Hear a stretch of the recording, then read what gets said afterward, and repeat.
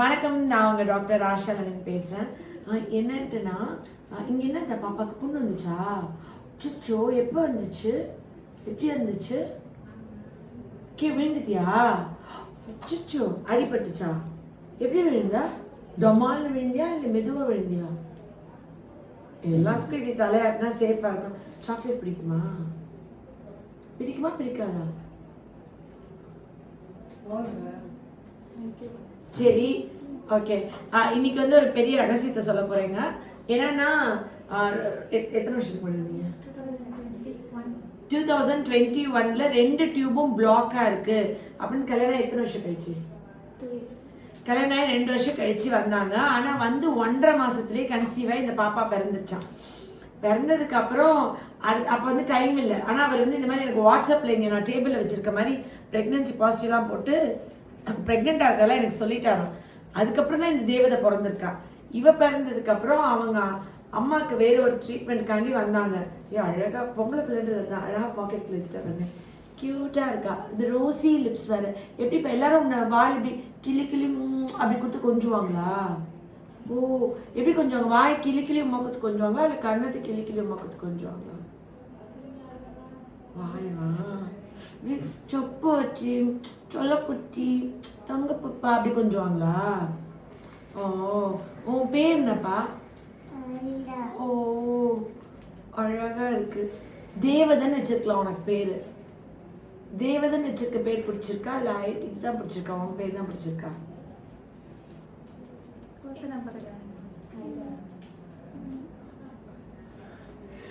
உங்க மதத்துக்கு வந்து உருதா? தமிழ் புரியுமா?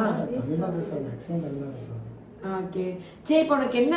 இப்போ அது அவங்க அம்மாவை கூட்டிகிட்டு வந்தப்ப திருப்பி அவங்க வந்துட்டு அடுத்த 2வது குழந்தைக்காக என்கிட்ட மருந்து வாங்கியிருக்காங்க.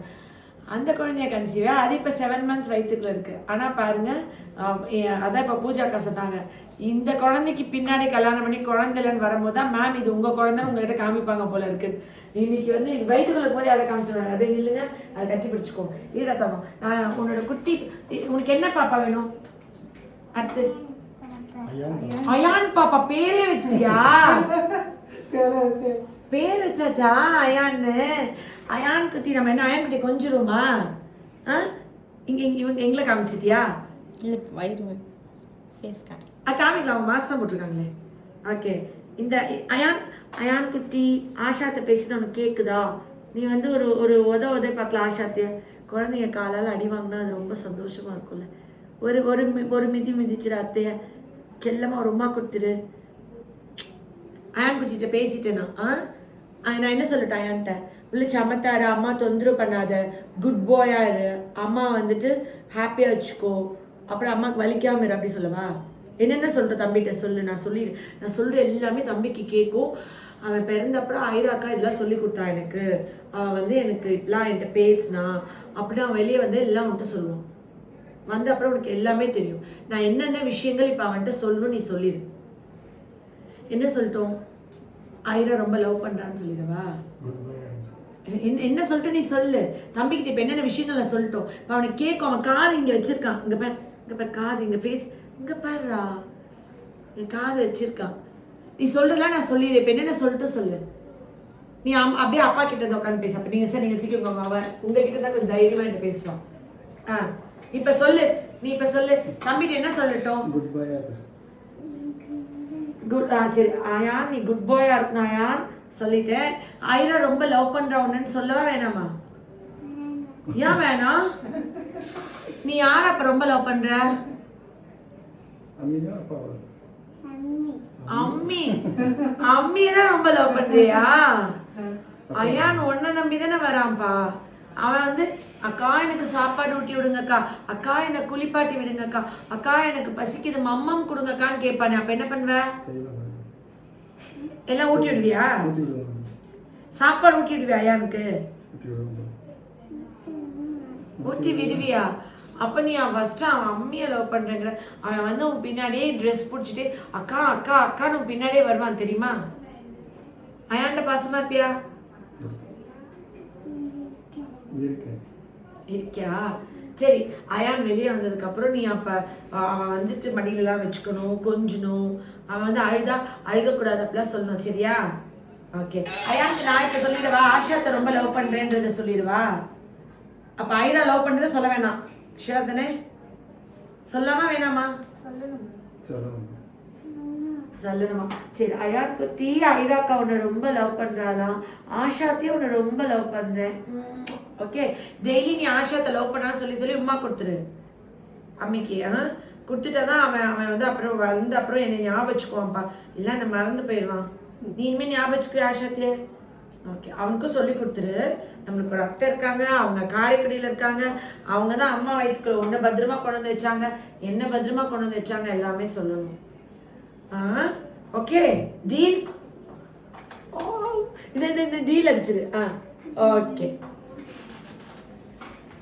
இதோட என்ன வேணும் வாழ்க்கையில் எனக்கு? ஆனால் எனக்கு உண்மையாகவே 1% தான் எனக்கு தெரியும் நம்ம கன்சீவ் ஆக்குனது.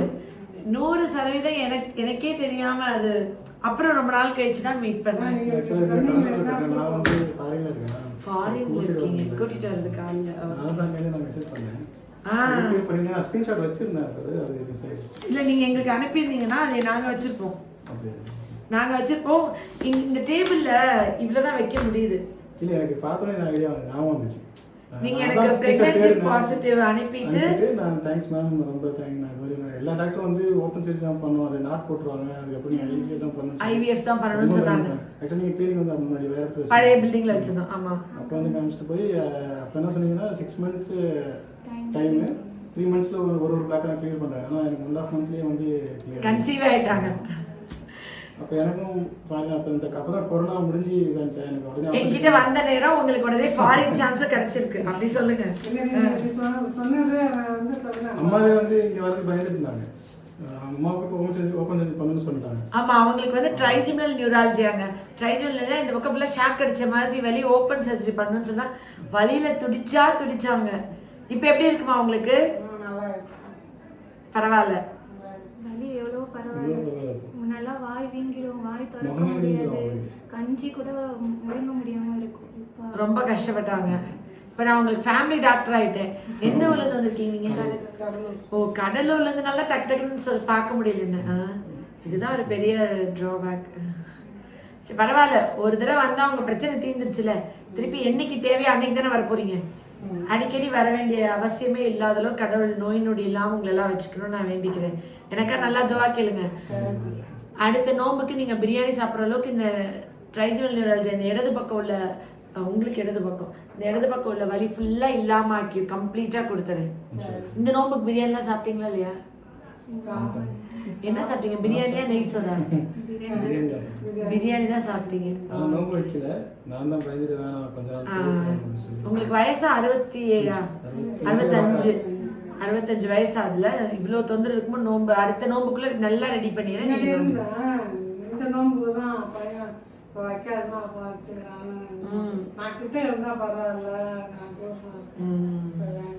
சரி, நீங்க பிரெக்னன்சில பண்ண வேண்டிய எக்ஸசைஸ் இது.